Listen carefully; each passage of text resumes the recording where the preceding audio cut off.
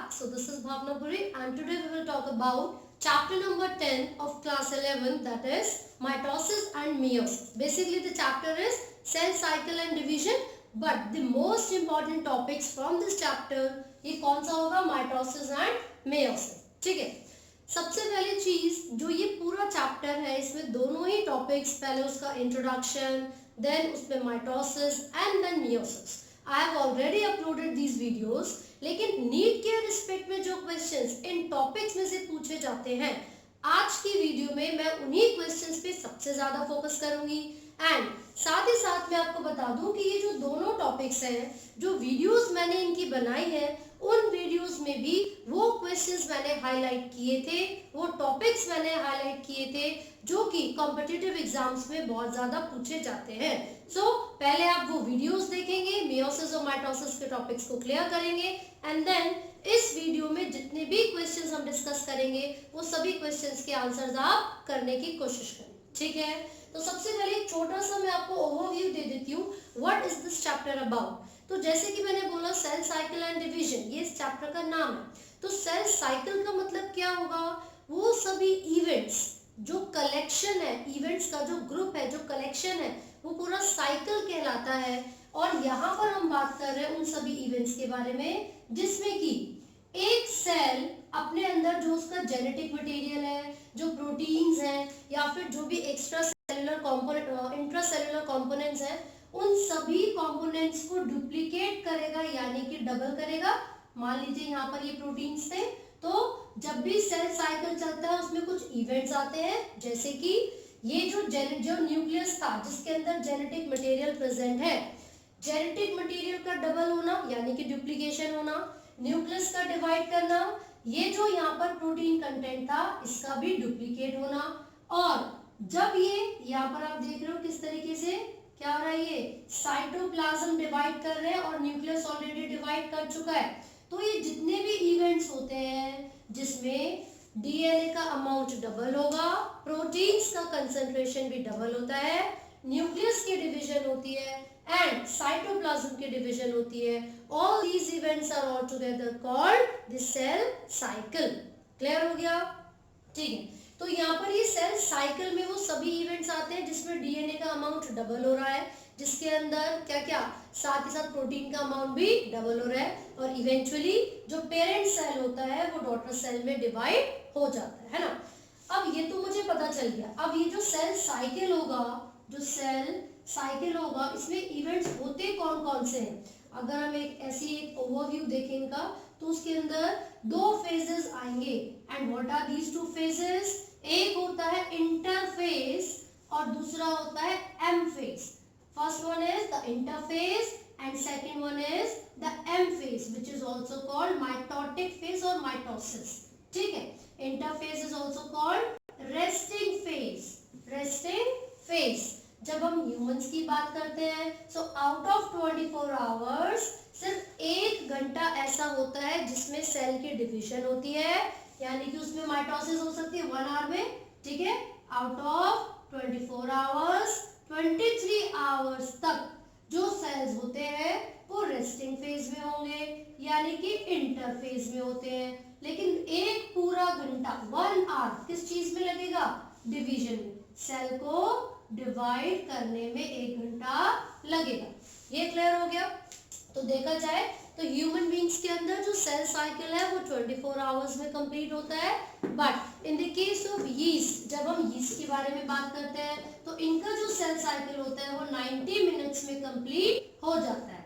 इनका जो cell cycle होगा it will be completed in the 90 minutes, right. फिर यहाँ पर जब आप फेजेस देखोगे सो यू विल ऑब्जर्व कि माइटोसिस है, ठीक है, और इंटरफेज है. ये जो इंटरफेज होता है इसके अंदर कुछ स्टेप्स होते हैं.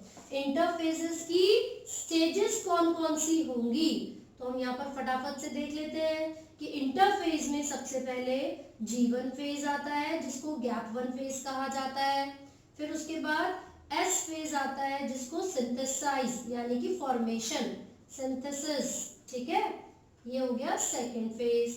And third one is the gap 2 phase और G2 फेज. गैप 2 फेज और G2 फेज. आपको ये याद रखना है कि इन फेजेस में कौन कौन से इवेंट्स होते हैं. सबसे पहली चीज, the G1 phase is between the mitosis and the interface. तो जो G1 फेज है वो डीएनए की डुप्लीकेशन से, है ना भाई, खुद सोचो, माइटोसिस में सेल की डिवीजन हो रही है, माइटोसिस में सेल की डिवीजन हो रही है, लेकिन इंटरफेस तो रेस्टिंग फेज है। इंटरफेस क्या है? रेस्टिंग फेज है। मान लीजिए माइटोसिस हो गई, जैसी सेल की डिवीजन हो चुकी है, अब इसके अंदर इंटरफेस शुरू होगा। तो सबसे पहला जो स्टेप होता है इंटरफेस का, वो G1 फेज होगा। G1 फेज को प्रिपरेटरी फेज भी कहते हैं, क्योंकि इसके अंदर उन सभी प्रोटीन्स या फिर उन सभी सेलुलर कंपोनेंट्स की जो एक्टिविटी होती है वो इंक्रीज हो जाती है। कौन से सेलुलर कंपोनेंट्स, कौन से प्रोटीन्स? जो कि डीएनए के अमाउंट को डबल करते हैं, जो कि सिंथेसाइज यानी कि फॉर्मेशन में हेल्प करेंगे, किसकी? डीएनए की। तो यानी कि गैप 1 फेज प्रिपरेटरी फेज होता है। डीएनए के अमाउंट के डबल होने से पहले जो फेज आएगा वो गैप 1 फेज होगा। सेल इसके अंदर मेटाबॉलिकली एक्टिव रहते हैं, तैयारी चलती है डीएनए के डबल होने की, पर ना तो डीएनए डबल होता है और ना ही सेल डिवाइड होता है ना। तो डीएनए डबल होगा कब? वो होगा एस फेज में, जिसको हम कहते हैं सिंथेसिस। तो यहाँ पर the amount of DNA doubles, अगर इनिशियली 2C था तो ये 4C हो जाएगा। मैं डीएनए के अमाउंट की बात कर रही हूँ, but I am not talking about the number of chromosomes. क्यों? क्योंकि जो पेरेंट सेल में नंबर ऑफ क्रोमोसोम्स थे, माइटोसिस के केस में सेम नंबर ऑफ क्रोमोसोम्स ही डॉटर सेल्स में जाते हैं। ये आपको याद रखना है। Number of chromosomes remain same, लेकिन amount of DNA is doubled. Amount of DNA is doubled. फिर साथ साथ आप देखोगे कि सेंट्रियोल वगैरह की फॉर्मेशन भी स्टार्ट हो जाती है, और G2 में जो बाकी प्रोटीन्स हैं, जो सेल्यूलर कंपोनेंट होते हैं, उन सब की भी फॉर्मेशन स्टार्ट हो जाएगी। तो these are the phases of interphase. अब माइटोसिस में मैं आपको बता रही हूँ 4 फेजेस आपको पढ़ने हैं, prophase, metaphase, anaphase and telophase. जो प्रो है, प्रो का मतलब बिगनिंग से है, स्टार्टिंग से है, तो प्रो फेज में डीएनए कॉम्पैक्टली अरेंज्ड होगा। फिर उसके बाद जो क्रोमोसोम्स हैं वो प्रॉपर तरीके से अपीयर होना स्टार्ट हो जाते हैं eight the end of prophase. ये प्रोफेज की बात होगी, कॉम्पैक्टली अरेंज थे। फिर eight the end of prophase nuclear envelope disappear हो जाता है, फिर न्यूक्लियोलस भी डिसअपियर होगा, एंडोप्लाज्मिक रेटिकुलम या जितने भी सेल ऑर्गेनेलीज हैं वो सब डिसअपियर हो जाते हैं। जब हम मेटाफेज की बात करते हैं तो मेटाफेज की कैरेक्टरिस्टिक फीचर क्या होगी? एक सेंट्रल प्लेट बनती है जिसको इक्वेटोरियल प्लेट कहा जाता है, and all the chromosomes are aligned on this equatorial plate. तो सबसे पहले जो क्रोमोसोम्स थे वो डेंसली अरेंज थे, और उस फेज को प्रोफेज कहते हैं। इसमें न्यूक्लियर एनवलप डीजनरेट होना स्टार्ट हो जाएगा, ठीक है। फिर उसके बाद मेटाफेज में सारे के सारे क्रोमोसोम्स कहाँ पर आ जाते हैं? अरेंज हो जाते हैं इक्वेटोरियल प्लेट पर। कुछ बच्चों को क्रोमोसोम की स्ट्रक्चर में दिक्कत होगी, तो मैं एक बार बना के दिखा देती हूँ। एक क्रोमोसोम में 2 थ्रेड लाइक स्ट्रक्चर्स होते हैं। These threads are called chromatids, chromatids. And because ये दोनों ही क्रोमैटिड्स मिलकर सेम क्रोमोसोम, एक ही क्रोमोसोम की फॉर्मेशन कर रहे हैं, so these are called sister chromatids, right. यहाँ पर एक कंस्ट्रिक्शन होती है, एक ऐसा पॉइंट होता है जहां पर ये दोनों क्रोमैटिड्स एक दूसरे के साथ जुड़ेंगी, and this point is called centromere. This is the primary constriction, इसे हम सेंट्रोमेयर कहते हैं। This is the primary constriction, clear है। अब उसी के साथ साथ लेटरली मतलब साइड में एक डिस्क शेप स्ट्रक्चर आप ऑब्जर्व करोगे, जिसको काइनेटोकोर कहा जाएगा, जिसको काइनेटोकोर कहते हैं। आगे देखिए, इस क्रोमोसोम की स्ट्रक्चर के ऊपर एक सेकेंडरी कंस्ट्रिक्शन भी होती है। Here is the secondary constriction that has satellite DNA. तो मैंने बोला ये क्या है? सेकेंडरी कॉन्स्ट्रिक्शन, सेकेंडरी कॉन्स्ट्रिक्शन, और इसके ऊपर क्या प्रेजेंट है?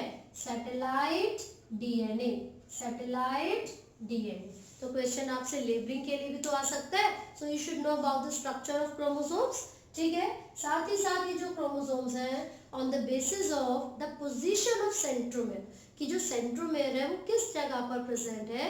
These chromosomes are of 4 types, ठीक है, metacentric, acrocentric, telocentric, submetacentric. तो आपको ये जरूर याद रखना है, ठीक है।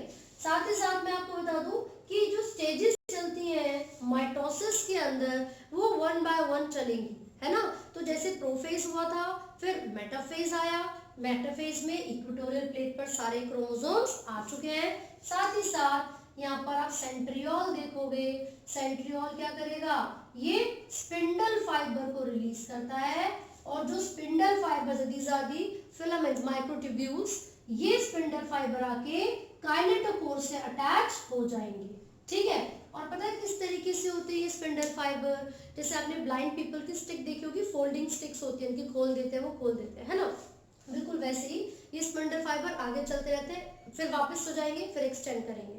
तो ये क्या करेंगे, अगले फेज पर, एनाफेज पर आकर ये जितने भी यहाँ पर क्या सेपरेट हो जाएंगे, क्रोमेटिड्स, जितने भी यहाँ पर क्रोमेटिड्स थे, ये स्पिंडल फाइबर्स ऑपोजिट पोल पर अट्रैक्ट कर लेते हैं, ऑपोजिट पोल पर खींच लेते हैं सारे के सारे, किसको, ये क्या देखा था हमने यहाँ पर, क्रोमेटिड्स को। तो 46 क्रोमेटिड्स ऊपर चले गए और 46 क्रोमेटिड्स नीचे। This is the anaphase.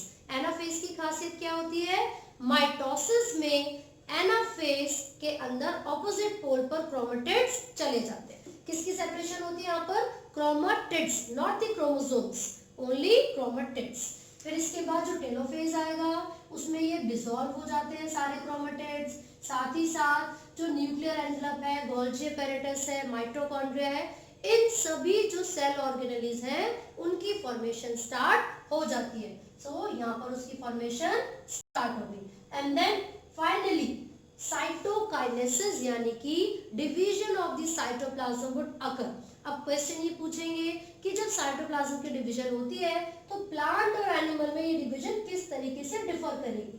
So in the case of animals, बाहर से लेकर अंदर की तरफ एक फरो यानी कि कैविटी बनेगी, वो कैविटी डीप होती जाती है सेंटर तक आते आते, और वो सेल को दो जो डॉटर सेल्स है उसमें डिवाइड कर देगी। ये तो एनिमल सेल हो गया।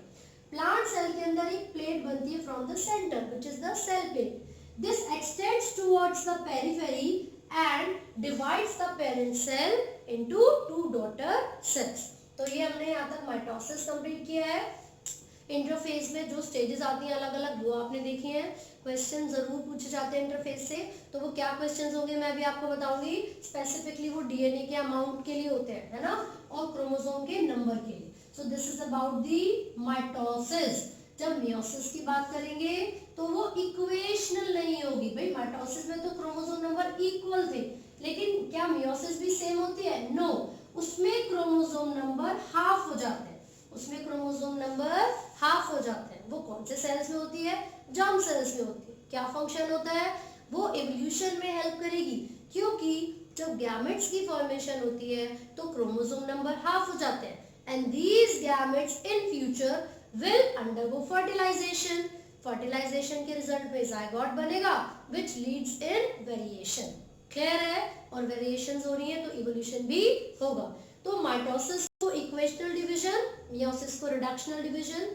माइटोसिस होती है सोमैटिक सेल्स में, जैसे हमारी बॉडी के नॉर्मल सेल्स हो गए, हैंड्स, लेग्स, पेट वगैरह, तो उसमें क्या होगा, इक्वल नंबर ऑफ क्रोमोसोम्स रहेंगे, ठीक है। मियोसिस हो रही थी जर्म सेल्स में जब गैमेट्स की फॉर्मेशन होती है। उसके बाद आप माइटोसिस में देखेंगे कि जो न्यूक्लियोसाइटोप्लाज्मिक रेशियो है उसको मेंटेन करना होता है ताकि सभी बॉडी के सेल्स में इक्वल नंबर ऑफ क्रोमोसोम रहे, और मियोसिस में गैमेट्स में हाफ नंबर को मेंटेन करना होता है ताकि जो नेक्स्ट जनरेशन आएगी, जो जायगोट बनेगा, उसमें पेरेंटल जो ऑर्गेनिजम्स थे, जो स्पीशीज थी, उन्हीं के same number of chromosomes over the generations equal या मेंटेन किए जा सके। क्लियर हो गया? साथ ही साथ माइटोसिस सेल रिपेयर में और डैमेजिंग को भी करेक्ट करने में यूज की जाती है। तो अब मियोसिस के स्टेप्स अगर मैं आपको बताऊं, मैंने बोला रिडक्शनल डिवीजन है, क्रोमोसोम नंबर हाफ हो जाते हैं, और इसमें 2 स्टेप्स होंगे, मियोसिस 1 एंड मियोसिस 2, ठीक है। एक शॉर्ट लिव स्टेज होती है इन दोनों के बीच में, इंटरकाइनेसिस उसको कहा जाता है। मियोसिस 1 और मियोसिस 2 के बीच में स्टेज होती है इंटरकाइनेसिस। तो अब यहाँ पर देखोगे इसमें प्रोफेज 1 होगा, फिर भाई ये तो मियोसिस 1 की बात हो रही है, तो यहाँ पर प्रोफेज 2 होगा, ठीक है। प्रोफेज के बाद मेटाफेज 1 आएगा, फिर एनाफेज 1 आएगा, देन टेलोफेज 1 आएगा, ठीक है। यहाँ पर मेटाफेज 2, एनाफेज 2 और टेलोफेज 2। तो इस तरीके से यहाँ पर 2 स्टेजेस आती हैं मियोसिस के अंदर, है ना। फर्स्ट स्टेज में पता क्या हो रहा था, सबसे पहली और मोस्ट इंपॉर्टेंट चीज, prophase 1 is the longest phase of meiosis. Prophase 1 is the longest phase. एक क्वेश्चन आपसे पूछेंगे कौन कौन सी स्टेजेस आती हैं, देखिए, लेप्टोटीन, जाइगोटीन, पैकार्टीन, डिप्लोटीन, डाइकाइनेसिस। फिर से बताती हूँ, लेप्टोटीन, जाइगोटीन, पैकार्टीन, डिप्लोटीन, डाइकाइनेसिस। ये सारी स्टेजेस, पांचों की पांचों स्टेजेस प्रोफेज 1 के अंदर आएंगी। इस स्टेज में क्या होता है, सबसे इंपॉर्टेंट क्वेश्चन इसमें से पूछा जाएगा, ध्यान से सुनिए। इस स्टेज में initially the chromosomes were condensely arrange. तो जो लेप्टोटीन स्टेज है वहां पर आप ऑब्जर्व करोगे क्रोमोसोम्स टाइटली पैक्ड थे, ठीक है। These were the chromatids actually which were condensed. लेकिन at the end of this leptotene stage the chromosomes could be seen clearly. लेकिन लेप्टोटीन स्टेज के एंड तक आते आते आप इन क्रोमोसोम्स को ऑब्जर्व कर सकते हो, ठीक है। चलो भाई, ये प्रोफेज 1 का लेप्टोटीन हो गया। अब इसके बाद कौन सी स्टेज आएगी, लेप्टोटीन के बाद जाइगोटीन, इसके बाद आती है zygotene. So what happens in the zygotene, the homologous chromosomes, जो एक जैसे लगने वाले क्रोमोसोम्स हैं, that carry genes on the same positions, ये होमोलोगस क्रोमोसोम्स एक दूसरे के सामने आते हैं और पेयरिंग करना स्टार्ट कर देते हैं। फिर से सुनिए, लैप्टोटीन में initially the chromatids were compactly arranged, but at the end of leptotene the chromosomes can be seen clearly. Zygotene आती है इसके बाद, जिसमें होमोलोगस क्रोमोसोम्स पेयरिंग करना स्टार्ट कर देते हैं, एक दूसरे के साथ पेयर करेंगे और एक कॉम्प्लेक्स बनेगा which is called synaptonemal complex. Synaptonymal complex. What is this complex called? Synaptonymal complex. इसको क्या कहते हैं, Synaptonymal complex। साथ ही साथ आप देखोगे दो क्रोमोसोम्स एक साथ प्रेजेंट है, दो होमोलोगस क्रोमोसोम्स है ना, so it forms bivalent. What does it form? Bivalent। और bivalent को ही टेट्राड भी कहा जाता है। Why so? टेट्राड क्यों कहते हैं, क्योंकि 4 क्रोमैटिड्स है, 2 क्रोमोसोम है तो बाइवेलेंट, 4 क्रोमैटिड्स है तो फिर टेट्राड, ठीक है ना। ये आपको याद रखना है, 2 क्रोमोसोम्स है तो बाइवेलेंट, 4 क्रोमैटिड्स है तो टेट्राड। आगे बढ़ते हैं, फिर जाइगोटीन के बाद आती है pachytene stage. What happens in this stage, एक एंजाइम होता है जिसका नाम है रिकॉम्बिनेज। क्या नाम है, रिकॉम्बिनेज। तो ये जो एंजाइम है वो पैकार्टीन स्टेज में एक्टिव होता है और रिकॉम्बिनेशन का प्रोसेस करवाता है। Now what is recombination, recombination इसका मतलब है यहाँ पर जो 2 होमोलोगस क्रोमोसोम्स थे इनके बीच में क्रॉसिंग ओवर, यानी कि एक्सचेंज ऑफ जेनेटिक मटेरियल होगा, एक्सचेंज ऑफ जेनेटिक मटेरियल होगा। The segment of one chromosome will be exchanged with the segment of another chromosome, and this site of crossing over is called chiasmata। Clear हो रहा है। तो हमने leptotene, zygotene, पैकार्टीन stage पढ़ा। पैकार्टीन में recombination होता है with the help of an enzyme recombinase, and this process crossing over, इसका मतलब क्या है, exchange of genetic material between the homologous chromosomes, and the site of exchange over या फिर crossing over is called chiasmata। ठीक है, फिर अब पैकार्टीन के बाद डिप्लोटीन स्टेज आती है। डिप्लोटीन स्टेज में आप ऑब्जर्व करोगे X shaped structure. Diplotene stage में you will observe the X shaped structure. तो कई बार ऐसा होता है कि जो chiasmata था उसके अलावा जो होमोलोगस क्रोमोसोम्स थे वो एक दूसरे से डिसोसिएट हो जाएंगे and it will be forming an x shaped structure. तो ऐसे बहुत सारे प्लांट और एनिमल्स के सेल्स होते हैं जो कि अपनी ग्रोथ को इस स्टेज में सस्पेंड कर देते हैं, वो महीनों तक, सालों तक इस स्टेज में भी रुक सकते हैं। ठीक है, आपने फीमेल में जब oogenesis का प्रोसेस पढ़ा होगा तब आपने इस चीज को देखा होगा कि प्रोफेज 1 में oogonia की जो स्टेज है वो सस्पेंड कर जाती है ना।